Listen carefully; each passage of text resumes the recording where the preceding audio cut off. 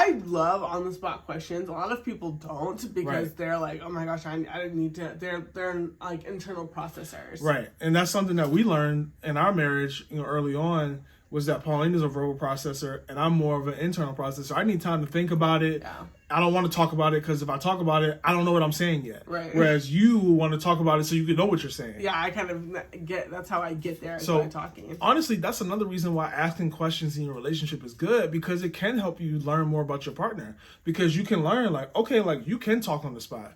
Or, okay, no, like you need a little time to think about stuff. Right. And some especially some women, like because obviously there are men who are verbal processors, but I do find that more guys are more like internal processors. Like, give me a second.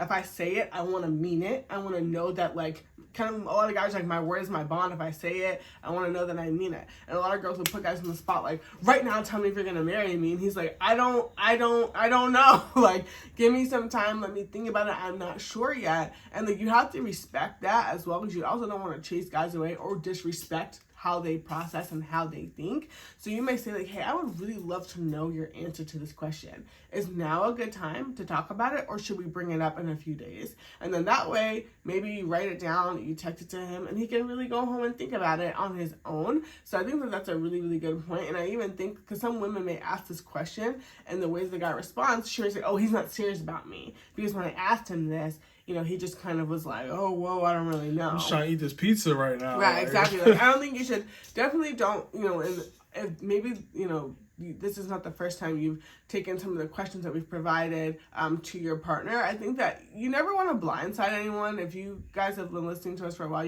we're Team No Surprises. And it goes down to something as big as a proposal, all the way something down as like a very intentional question like this. So I don't think that you should surprise your partner. I think you're just like, hey, tonight when we go out, I would love to ask you a couple of these questions. Here they are. So even maybe while he's getting ready for the date, he can kind of like mull them over and he's not surprised, or vice versa for her as well. Don't just like quiz them, because that can feel very intimidating and that can make your night really not fun.